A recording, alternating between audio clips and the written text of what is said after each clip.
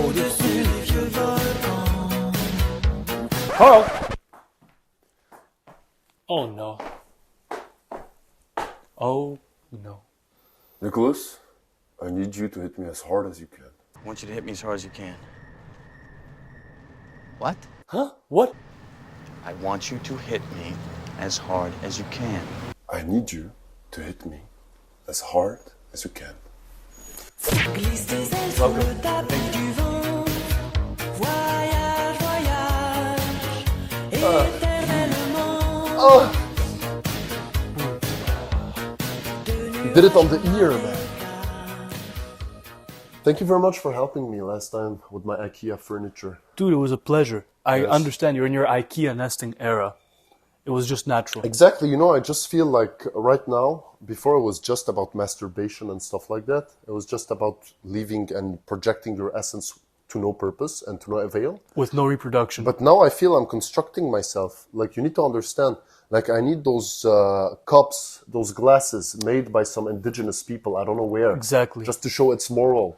You need that table that you built yourself, so you can feel like pride of I ownership. need that yeah? piece of furniture that literally defines me. That dining room table that Me defines as a you person. completely. Me as a person. Yes. Okay? Your essence. So it meant a lot for me, Nikita. You helped me through my IKEA nesting era. Through consumerism, I helped you actualize yourself. Thank Voila. you very much. Voila. So in case you couldn't tell by now, it's Oh! pretty damn obvious. They're here. Hey, how are you? Ladies and gentlemen, welcome to a new episode of the Friday Salon. Today we're going to make a very nice, quick, succinct, and straight to the point movie analysis on Fight Club. Yes. The philosophy behind Fight Club, ladies and Or gentlemen. I should say the philosophies behind Fight Club. Look, Oh, yes. I watched it for the first time a couple of days ago with you. Yes. I was always that guy at the back of the history class in high school saying edgy stuff, and people were like, "We get it, Nikita, you watched Fight Club." And I'm like, "No, I never watched Fight Club." And they'd be like, "What, you never watched Fight Club?" Finally, I did. But it all makes good sense when you have a good background in philosophy. Like, the whole time we were watching, we're just like, oh, it's that. Oh, it's that. It's that oh, influence, It's it's that that influence. influence. Yeah. And so now we're going to go straight into those So, influences. first of all, spoiler alert. Yeah, we're gonna just spoil you this movie know. for you. So if you want to leave, but you like and you comment, a very nice comment, something nice, something full of purpose. We have a link if you want to support us through any means, financial, moral, spiritual. We prefer the financial, honestly. And Because the spiritual stuff we got. figured Exactly, out. voila, exactement. So you can like and share. First of all, like and share and subscribe. This channel is going to the moon, to the stars, to infinity and beyond. We want to take you with us. It's our pleasure because it's your treasure. Exactly. Correct? Therefore, like and subscribe. And today we're going to analyze Fight Club. Spoiler alert. Ladies and gentlemen, we're going to discuss of a movie that has shaped and shaped Western civilization. Well, we could say it even embodies Western men. The man who lives in a big capitalistic, in a megalopolis. The man who wants to achieve and assert himself, who wants to build himself. But he doesn't know to what end. That is the Faustian spirit, as we've discussed last time, right? Check out our last video on Henry Kissinger. So what's the story of Fight Club? Well, look, if you're clicking on this video, it's probably because you already know the story and you want to get deeper into it. Yeah. But essentially, it follows the course of this unnamed protagonist's life as he spirals into... he suffers with insomnia and he needs solutions, and so he seeks out these support groups until finally he joins a fight club, which turns out all along to be led by a figment of his imagination named Tyler Durden, and they blow up a city. I see. So there's a guy basically who has no name, Yep. right? He's just a SIN number, right? Yes. He's just a social insurance, social security number. He's a nobody. He has no name, no lineage. He's the son of no one. He's just consumer and Son of no one and father of no one. consumer and Yes. taxpayer number, whatever. Exactly. Correct? He doesn't have any purpose in life. He has a stable job, a stable life. He travels for work and everything. But to what avail? Like, what's the goal? That's the question. What's the goal? So in fact, why don't we go into our first kind of philosopher, and let's get into like this historical condition that we're dealing with, which Which is no history. exactly no history, the end of history. Fukuyama. Francis Fukuyama. So that's the condition, the historical condition that we're dealing with here, and I think it's best summarized in Tyler Durden's speech in one of the boxing sessions. He says, "We're a generation with no war. Our Great Depression." Spiritual war. Exactly. Our Great Depression is a personal depression. Whatever. What Tyler Durden is describing in that speech is a historical condition known as the end of history, which was conceived by Francis Fukuyama. We discussed Hegel a bit in our Macron video, and Hegel is discussing this idea of synthesis, antithesis, resolution, dialectic. After the Cold War, Francis Fukuyama said that, okay, now we live in a unipolar world. Exactly. There is no more history, no more wars to be fought. But what does it mean, end of history? It doesn't mean that time is going to stop running. End of conflict. End of conflict, end of conflict. The resolution of the dialectic between capitalism and communism, right? And so with the denouement of the Cold War and the defeat of the USSR, the condition that emerged was called liberal triumphalism and the emergence of neoliberalism and free markets. And that sets the scene for Fight Club. An endless peace. An endless peace, or so it would be thought. There's two diametrically opposed pieces which define exactly. You know where I'm going. You know where I'm going with this. So there's two pieces that defined the post-Cold War period that attempted to gaze into the future, which was Francis Fukuyama, The End of History, and Samuel Huntington's The Clash of Civilizations, right, where he said that, okay, now it's not a time for big ideologies, exactly, but civilizations are going to form up. Exactly. It's the end of war based on ideology, and the beginning of war, it's the return of primordial pessimism. That's what Huntington said. And for a long time, Huntington was very unpopular. When both of these guys are Harvard products, by the way. Both Fukuyama and Huntington, like they were colleagues. Yes, they were colleagues with each other. And so, for a long time, Huntington was very despised because he was very pessimistic. He said, yeah, we're going to have a warfare based on civilizations. And so a lot of the foreign policy of the United States that emerged in that era was defined by Fukuyama. You had the emergence of the Washington Consensus, the neoliberal consensus, the, what's it called? The responsibility to protect, the American interventionism, NATO, so on and so forth. This was R2P. Exactly, yes, R2P. This was the emergence of the neoliberal world order. And in fact, for a long time, it seemed that Francis Fukuyama had it correct. Like, yes, we are in that end of history period. Until violence broke out in Yugoslavia, Rwanda, and ultimately, the moment that would more or less confirm Huntington's... Identities woke up, exactly. Right? Yes. The moment that would more or less confirm Huntington's suspicions was 9/11. And that introduced the world back into... The clash to civilizations. Exactly, the clash of civilizations. Okay. So, very interesting. So, in that world, in that context, we have a man. We have a man who probably got a degree, got a stable job. It even says there, I was 20 years old, I asked my father, what do I do? Get a degree. I graduated, what do I do? Get a job. Yeah. I got a job, what do I do? Get married. Like, life has been figured out already for everyone. What the person has become in this era of mass production, man in the era of mass production has himself become a product of mass production. Quantity, not quality. Yeah, the university is just an assembly line for people who will run the services-based economy. That's what the university has become. So, he accumulated wealth. Well, he didn't accumulate anything, right? Because everything he owns, he doesn't really own. He has an apartment, it's a rent, correct? Or he has a condo. He has a condo, right? So we can even presume that he has a pretty nice job if he's able to afford that high-end condo that he's so proud of. He has a high-end condo with all the IKEA stuff he needs. He's building it up. Like, that's the purpose of his life, building up his comfort. Yes, exactly. Right? It's maximizing his comfort. That's the purpose of his whole life. It's utilitarianism. It's the maximization of pleasure for one person. But he's 30 years old. He's depressed. He doesn't sleep much. He has no girlfriend in his life. Exactly. He has no sense of family. He's the son of no one. He's an atom. He's an atom. He's isolated. He's as Welbeck exactly. a particule élémentaire. Elementary particle. Exactly. And that's the destiny of liberalism, in fact. Because what does liberalism do? It views the individual as being the basic unit of the society. It dissects. Exactly. It dissects. It atomizes. Guénon, yes. Even Guénon. Yeah. Do you want to go into Guénon very quickly? Like, we're on the theme of IKEA right now. Yes. Right? Yes. What does Guénon say? The more materialistic the man becomes, the more individualistic. The less spiritual. The less spiritual, the more individualistic he becomes as well. Yes, right? Because materiality takes men away from what is spiritual. Exactly. Right? Because you become attached to stuff, and as Tyler Durden says, the things we own start owning us. Like, let's be honest, man. When we walk the streets, right here, you see people walking their dogs, right? But then you wonder, who's walking who? Exactly. Who's leading who? Like, who's leading who? Because how many times have I met people and they're like, oh, I need to go walk my dog. Sorry, bye. Like, I'm sorry, but like... So the dog is really the captain of your time. So why? Wait, your dog is your manager. So is the dog yours, or are you the dog's?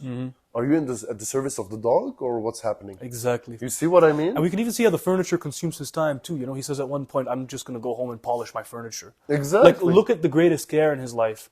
It's the preservation of these material items. And one of the things that happens when his condo blows up is he laments over his Calvin Klein jeans and his DKNY shirt and whatever the hell. So, and consider, he's able to name the brands of his clothing, but not his own name. We don't know what his name is. By the way, that's very interesting in the movie. We never hear his name. They never talk about his name. We can get into that in a moment, but like he is sooner to identify himself with his brands and with his commodities than he is with his own personality. Yes. The brand and the consumerism has eroded the man himself. And in fact, there's even that scholar Harold Innis who said that consumerism is going to result in the erosion of nationhood.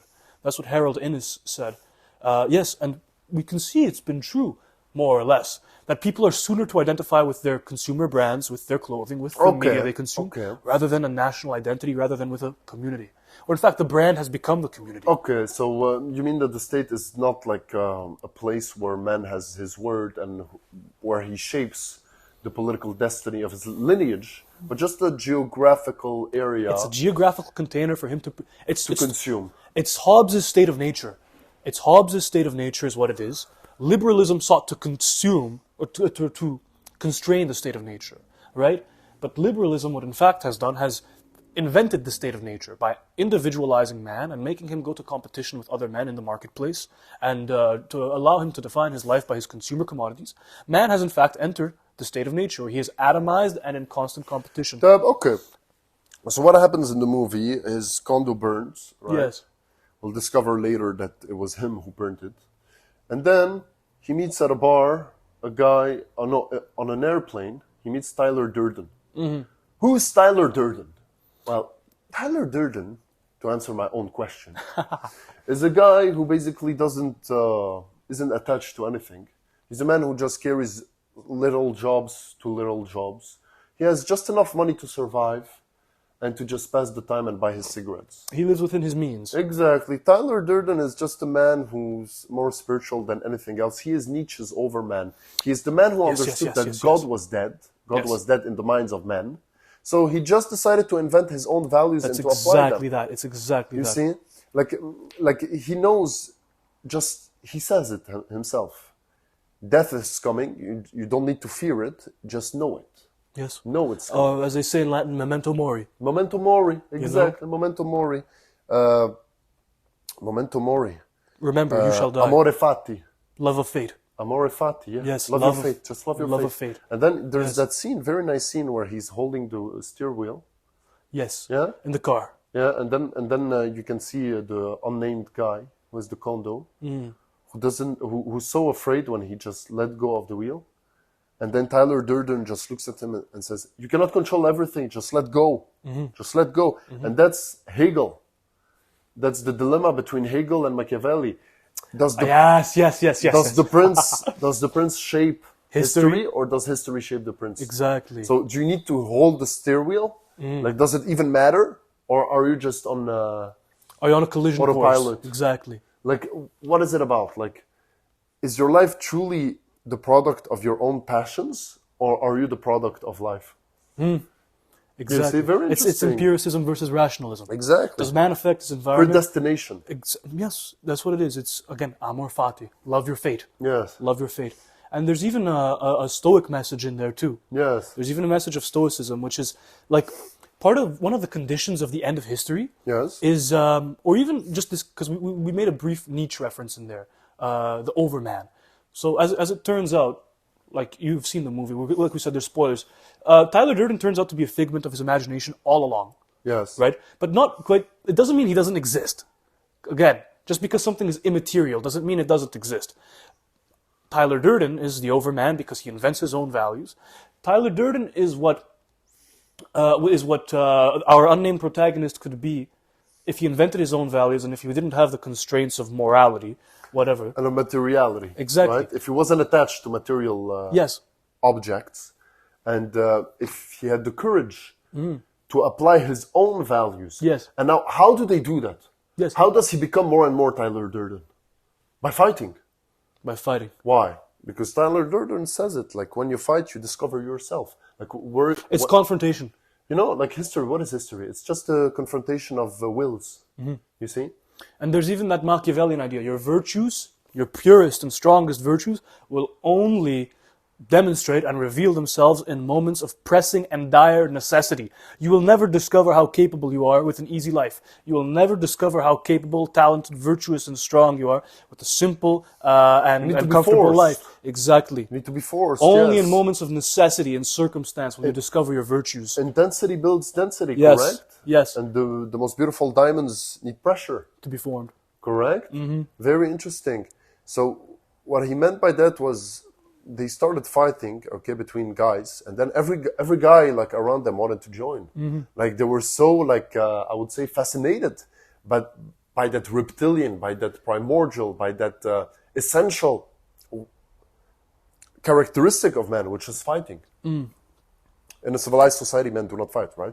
That's the big crisis of the time, which is the end of history has brought about the Man is just another woman. the dissolution, like it's the absence and disappearance of sexual dimorphism. Yes.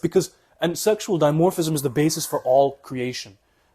We can make a brief Adam and Eve reference here, which is that in the Hebrew tradition, Adam is not just a man, Adam is hermaphroditic. And what that reveals is that man and woman, the unification of man and woman is the origin of all creation. It's the myth of the Greeks used to call it the myth of, when men and women were one. Androgynous. The myth of androgyna. Yeah, so androgyna was very strong, and then he defied the gods, and then the gods separated men and women, Right. who formed one, and they were condemned to search for each other now. Yes. And you see what happens? It's very interesting because the unnamed guy wants to find himself. To what purpose is he a man? Because his sole purpose is to accumulate wealth. And then he goes to that testicular cancer, Yes. meetup, group, support group, and he discovers all the decadence of Western men. He finds the last man of history. No, like he Those sees are the last a men of history. bodybuilder who has, because he took too much Steroids.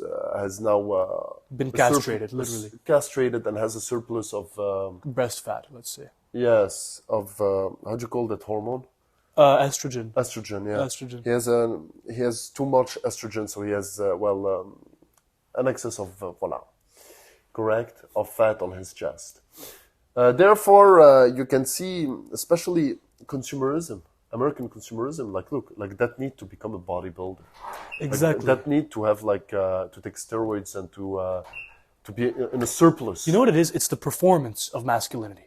Because there's a book we were discussing earlier, which was, I think it was a French general discussing what do you do with an army in times of peace. Do you remember? De Vigny. Yes. Sur Alfred de Vigny. Alfred de Vigny. Yes. He's discussing what do you do with an army in times of peace? And this was one of the big disasters of the Iraq invasion as well, which is when, I forget the exact history, I think it was Paul Bremer or James Bremer or something like that who was in charge of that operation. But when you undergo these rapid political changes, you're going to end up with a lot of angry men. You're going to end up with a lot of losers in the system, people with vengeance. And what happens with all that vengeance, it unleashes itself at a certain point, right? The condition of history that brings about this type of, why is it that the man must perform his masculinity by taking steroids and bodybuilding and being superficial? Surely there are greater virtues than just physical strength. And even physical strength has its origins in a moral strength. Nietzsche used to say that surexcitation is the prelude of the fall. Of decline. Right. Yes. Correct. Like it's like how can I tell you? It's like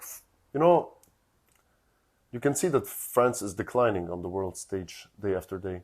But what was the epitome of France? It's not Napoleonic France. Yeah, exactly. So Napoleon was France.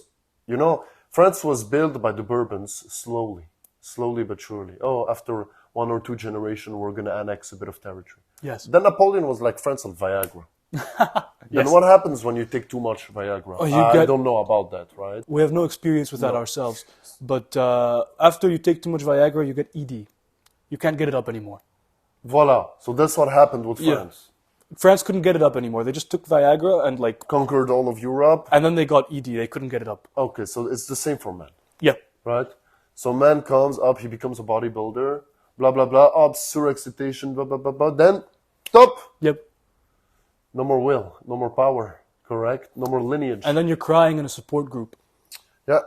And then you're crying in a support group. Why must, like, again, it's the disappearance of values. It's Yes. like the fact that man must perform his masculinity. But what it indicates is the disappearance of value. So you know what it is? It's the hyper-reality of Jean Baudrillard. That's what it is. It's the hyper-reality of Jean Baudrillard, which Jean Baudrillard was talking about, French postmodernist. He was saying in the past, when media was more centralized, more unitary, like let's say the Bible or the canon or whatever, we understood what it meant to have a good family. We understood what it meant to be a man, to be It was a woman. instinctive. It was instinctive and it was unified. It was unitary. But as more and more media diffuses itself, diversifies itself, you get different depictions of what it means to be a certain thing. What it means to be a good father or whatever has been diversified, modulated, okay, transfigurated I see. by postmodernism. I see. And there's even that part of where he asks Tyler Durden is like, yeah, we need to find a woman. Like the unknown man asks, yeah, we need to find a woman after having a job. And he's like, we're a generation who's been raised by single mothers. I don't think another woman would solve our problems.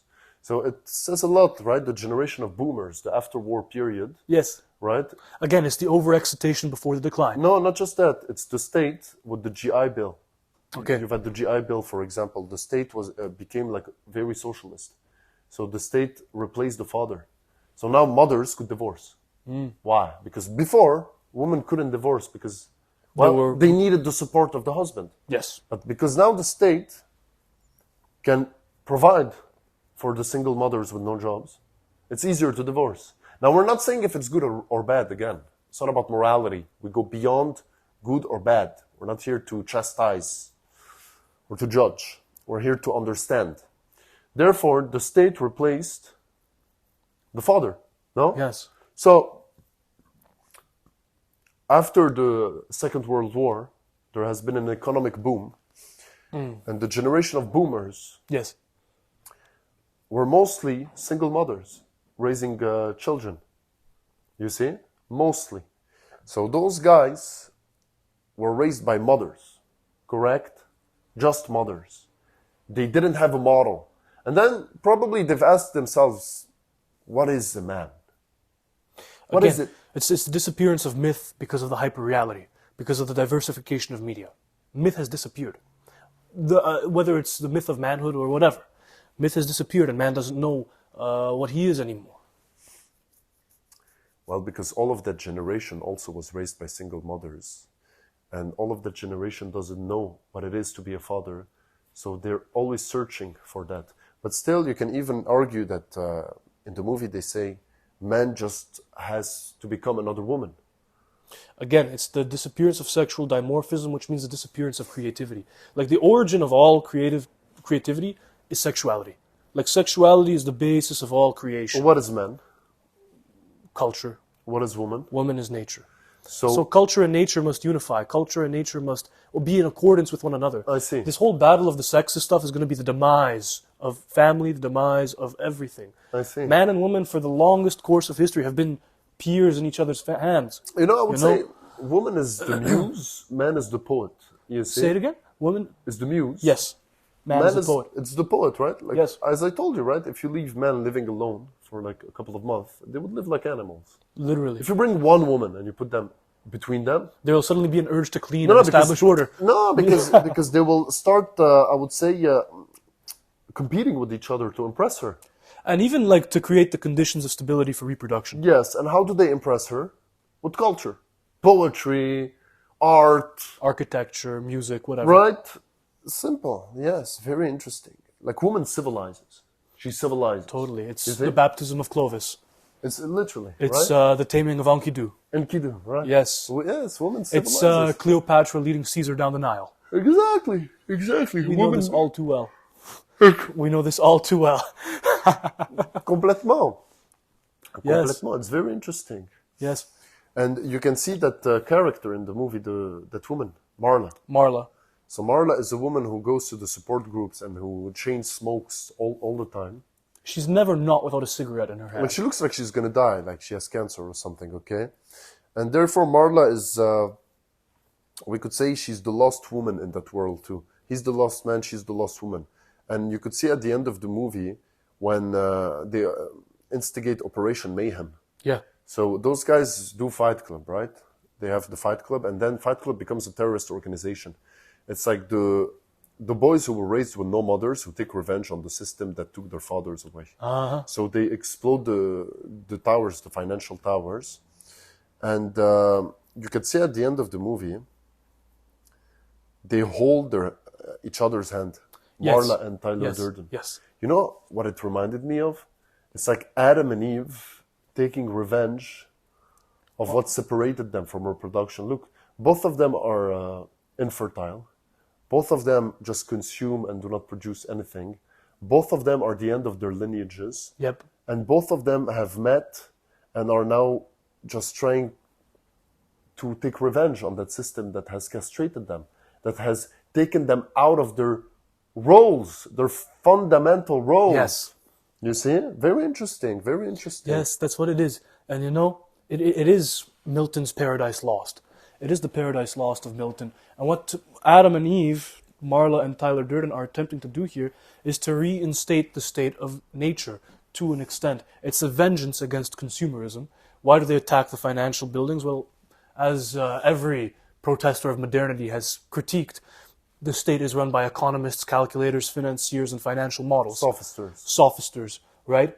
And so those financial towers make a good target for your Marxist It's like utopian La Bastille. idealism. It's like the La Bastille of the French Revolution. It's a symbol. Yes, it's the storming of the Bastille. Right? Yes, that's what Yes. it is. And so it's an attempt to, take revenge on this society of neoliberalism. Because what does neoliberalism do ultimately? It's complete deregulation. It's market deregulation. It means anything is available for exchange, and it means nothing is sacred anymore, right? And so let's return to that metaphor of Adam and Eve. What is the original sin in the book of Genesis, right? God knew and understood that Adam and Eve had sinned when they knew they were naked. Exactly. Yes. So the original sin, so Adam, Conscience. it's self-awareness. Self-awareness. Self-awareness. Or even what it like- is. God it's morning in the Garden of Eden, and God usually goes and walks with Adam, Yeah. but he doesn't see Adam there. He doesn't see Adam there. Why? Adam is hiding in a bush. Adam is hiding in a bush because he suddenly becomes ashamed of himself. He becomes aware of the fact that he's naked. And so Adam hides in a bush, Yes. which reveals a lot about Adam's intelligence if he thinks he can hide from God by hiding in a bush. But that's how the original sin, Adam's sin, is the fact that he was made in the image of God is no longer enough for him to be proud and be upright anymore. The fact that he's made in the image of God is no longer enough to satisfy his vanity. And so, vanity is the original sin, and the fulfillment of desire. Neoliberalism is a market model which is based on desire. What is it which motivates the economy? What is it which motivates the market? But desire. But the need to acquire things. And so, this desire, the fulfillment of our desire, which satisfies our vanity, is the basis of the entire neoliberal order. So the goal is vanity. The goal is vanity. Okay. The goal is the satisfaction of the original Of sin. passions. Of the original sin. Okay. So there's something more than that. Men are frugal. If you put a man in a house, he will buy a TV maybe, a bed.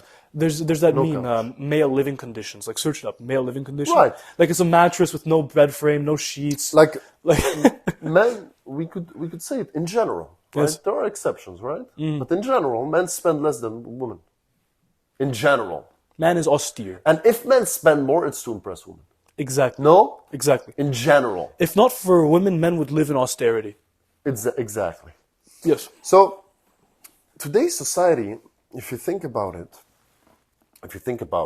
right? As I told you, after the social state, correct? Yes. After The welfare state. The welfare state after the Second World War, the GI Bill, Yep. and the state replacing slowly but surely the father.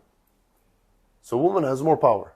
Like before, woman couldn't divorce, correct? Yep. But today, woman can divorce. Again, we're not saying it's good or bad. We have no morality here. We're just explaining a situation.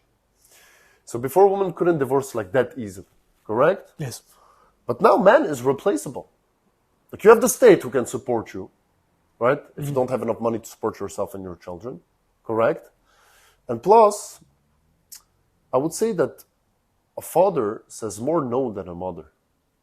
Oh, yeah, for sure. Like, if you're a kid and you want to buy candy at the store, your mother will be more... Most of the times your mom would be like, Oh, it's why okay, not? buy him the candy. Why But not? your dad would be, no. Exactly. Most of the time. Exactly. So, and we can see nowadays that like, you cannot say no to anyone anymore.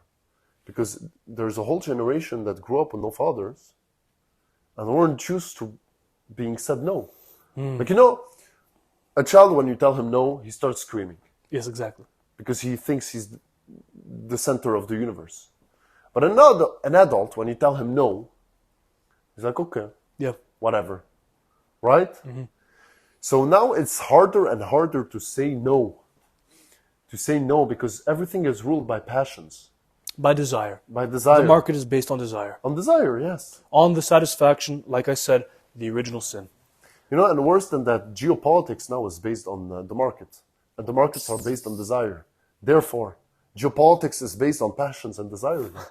No, really. Yes. Before it was based on rationalism. Like, you know what? Louis XIV and Colbert. Yes. Before, the Prime Minister of Louis XIV was an economist, Uh-huh. a sophister. Yeah. Okay? But the economist, that's Burke, was at the service of the warrior priest, the king. But now, the warrior is at the Service of the economist. But the economist doesn't need the warrior. Unless it's for profit. Yeah. It's very interesting. It's Yes. very interesting that now geopolitics wars are based on the profit, on maximizing profits. Maximizing shareholder value, Correct. as the meme goes. Yes. Correct. And I think one school of thought we have to touch on, Frankfurt, yes. the friend. The Frankfurt School. Like, it's so obvious. I'm surprised why other reviewers don't mention this. Like, it's glaring right in the face. The Frankfurt School, much like Kissinger, like there was... Exported itself to the U.S. Exactly. Like, so the Frankfurt School were like that wave of German intellectuals that fled during the Nazi regime and based themselves in America. And the two guys that I want to look at specifically are Max Horkheimer and Theodor Adorno, who wrote this very influential piece called The Dialectic of Enlightenment, or in German, Das Dialektik der Aufklärung. Forgive me for my German. But so Max Adorno and Horkheimer, they write this piece, The Dialectic of Enlightenment, and it begins with them driving in Los Angeles and critiquing the architecture together. But in fact, what they're critiquing is not the architecture. What they're critiquing is the sameness. This is an important term in consumerism. Sameness. Okay, the main idea which motivates Uniformity. It's uniformity, but the main idea which motivates the Frankfurt School is the concern that there hasn't yet been that Marxist revolution. These guys were Marxists, were critical theorists. And they're like, where's the revolution? By now we should have had the revolution. We should have had the communist utopia by now. Why not? And the conclusion that they came to is that, well, shit, media has sold us on what the key term is culture industry. Culture now is no longer something that elevates you. Culture is a commodity. Culture is a consumable. And even Marshall McLuhan, the media critic, he said, the advertisement is the first original American art form. The advertisement is the first original American art form, and it is distinct from the other types of art forms because it is an art form which is not art for art's sake. It's not Faustian art. Yes, it's not Faustian art. It's not art for art's sake. It's not art for the expansion towards the infinity of beauty. It's not, and in fact, that's even Gustav Mahler, one of my favorite composers. That's the conclusion of his Ninth Symphony. Like, that's what the critics say. Like, the conclusion of Mahler's Ninth Symphony is the announcement of the death of Faustian art. Art for the beauty and the sake of art is dead. Art for the sake of consumerism is upon us. Very interesting. The advertisement as art form is upon us. Why was there no revolution in the 20th century? Well, there was the Soviet one, but then it resulted in tyranny, and it's like, no, that's not full communism, whatever. Okay. They said is that the condition of the American worker is not that great. This is what Adorno and Horkheimer are like. Like, why aren't these guys revolting? Like, they're exploited like hell. What they realized was the culture industry is so pervasive in America. What it does is it sells you, like... A dream. It sells you a dream. You it's too the can new be mythology. rich. Exactly. It's the new mythology. It's Like, the, you know what? Yes. It's like in the Middle Ages, they used to tell people, oh, it's okay, you're dying, there's the plague and everything. But there's an afterlife. There's salvation. There's the kingdom of God after There's that. salvation. Today, they're telling them, oh, it's okay, we're exploiting you, but you can be rich one day. Exactly. Like the kingdom of God could be materialized. In America, you're never broke. You're just a temporarily embarrassed millionaire. That's it. And you're just... In America... Could you repeat that? In America, you're never broke. You're just a temporarily embarrassed millionaire. Yeah. Because every American believes that It's the American dream. It's the myth of capitalism, the myth of consumerism. So because of that myth which pervades You culture, too one day shall be rich. you too can extricate yourself from your dire and exploitative position. Yes. As long as you don't read the Frankfurt School and don't become too woke.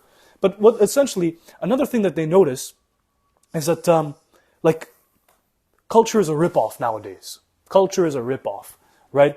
What Adorno was very into music. Adorno has a music education, and what he noticed was a lot of the novels that are being, again, it's the death of art for art's sake. It's the death of beauty. Right? And what does that mean? Let's relate this back to the death of sexual dimorphism. I said the unification of man and woman is the basis for all creation and all invention. Sexuality, sex, is the basis of all creation, right? Yeah. But as man and woman become more androgynous with one another, identical, Right. sexual dimorphism disappears, creativity goes down. Yes. There's never, like I've said before, there's never going to be another great symphony. Forget about it. High art, Faustian art, dead. Why? Sexuality is dead. Right? And that's a problem, right? Yeah, it's the death of sexuality, it's the death of beauty, it's the death of art, death of creation and innovation. Death of innovation. Capitalism is supposed to be the ideology of innovation because competition, whatever the hell. But capitalism makes men and women identical. Exactly, and it's the architectural sameness. Like you go into a cafe, it seems like all the cafes nowadays are identical. Like they have the same font, same branding, same styling. If you think of it, everything in North America is replaceable. Exactly. Buildings are built to be destroyed after 5 years. Yep. They're not built they're not built. It's not a great cathedral. Yes. They're not building a great cathedral. Man, like the Cathedral of Cologne, for example. Exactly. Like the people that were breaking their backs, laying those bricks and carving those stones, they would never see it. Did it with the knowledge that they would never see its fulfillment. Exactly. It's the fucking epitomization of Faustian art. It's the epitomization of the expansion towards infinity. You look up towards it and you feel fucking pathetic. And that's what art does. It evokes pity in you. It evokes pity in you. Not just that.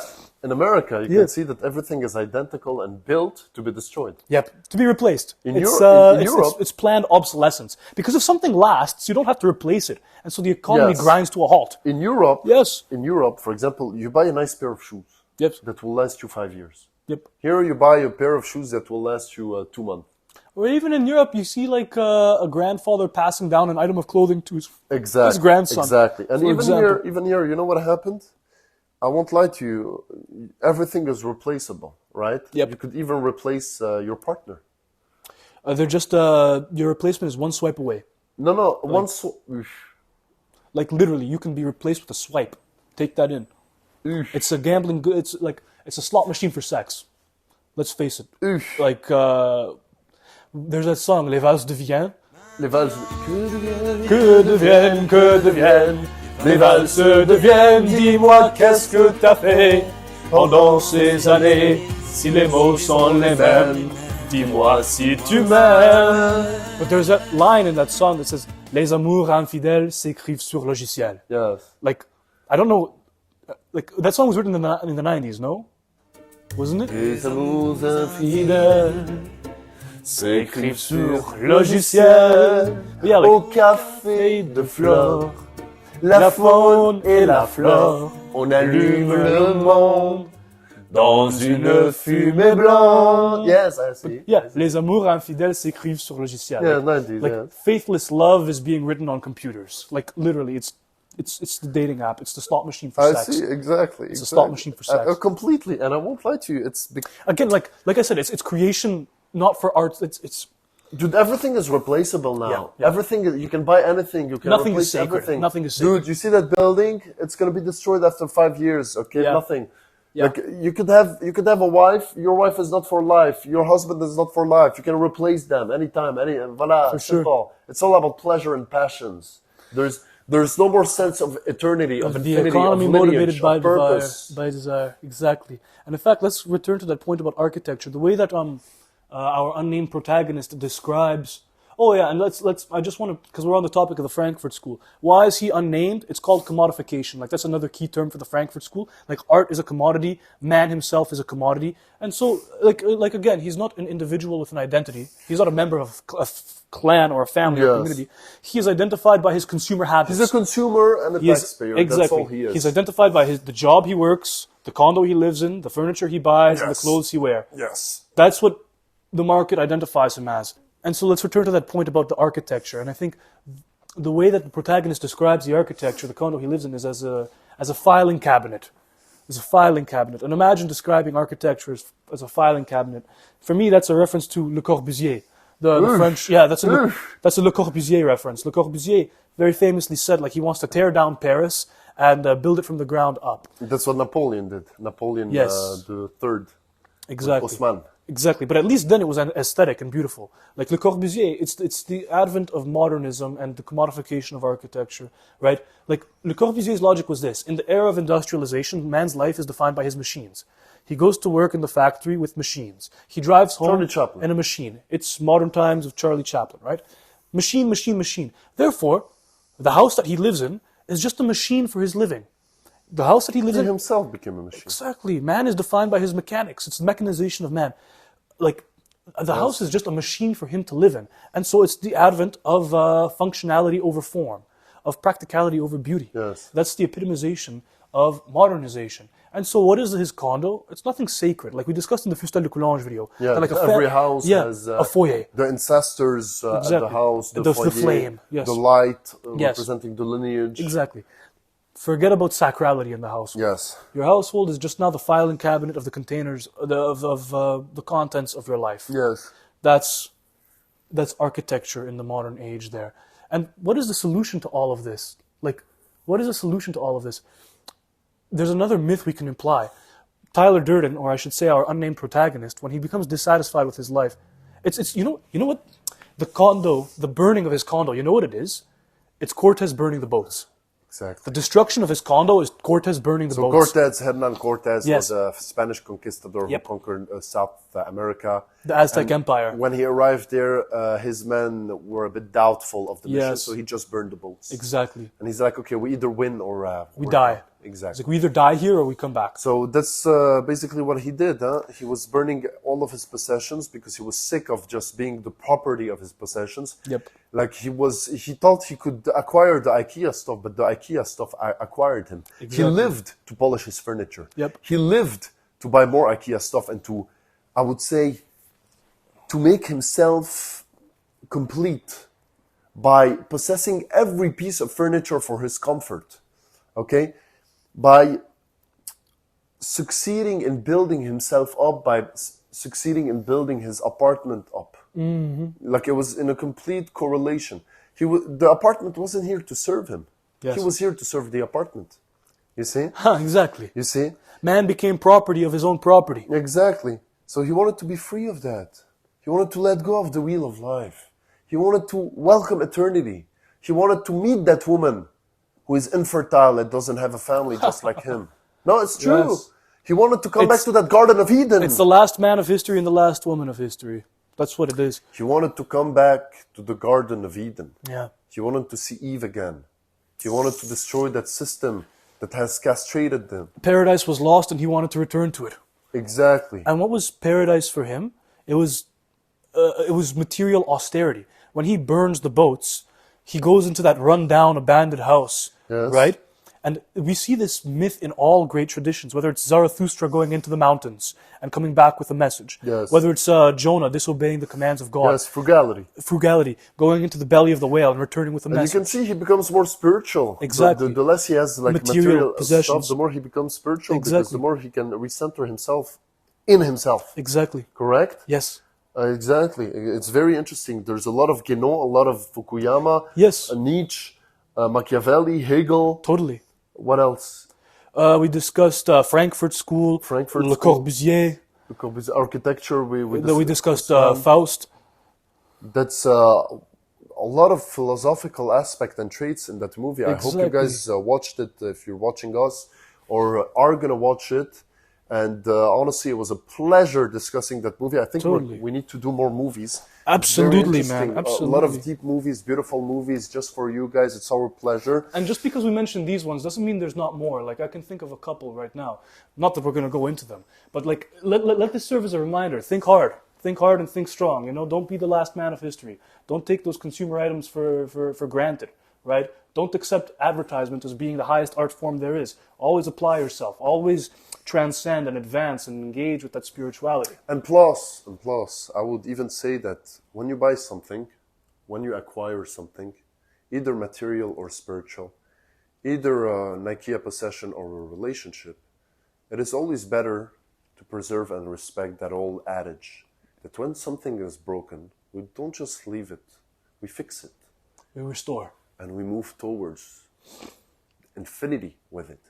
Either in buying a piece of furniture or having a partner in life. You know, the biggest gangrene in society nowadays is divorces. Divorce is separation. What is the etymology of the word devil? Exactly. Separation, divide. Divide. And so everything which divides and God? separates is unholy. What is God? Unification, Unity. harmony, Exactly. holiness. A united society is a beautiful society that aspires towards greatness, magnificence, Community, family, purpose. eternity. And that is the purpose and the mission of the Salon. Totally. Because with you, Everything is achievable. everything. Honestly, your likes, your shares, and your generous support would help us reconstruct what has been deconstructed. Because your pleasure Is our treasure, and your high hopes, are our high goals. I like that, it's a new one. And your service is our purpose. Really? I like that. We have Oh, new we're on a ones. roll. We're on a roll. Nice. And to that I would say, voila, my friend. Voila. Voilà, voilà, voilà qui je suis. Mais voilà même ici, mes années c'est fini. C'est mes voeux, c'est mon cri. Mais voilà, tant pis.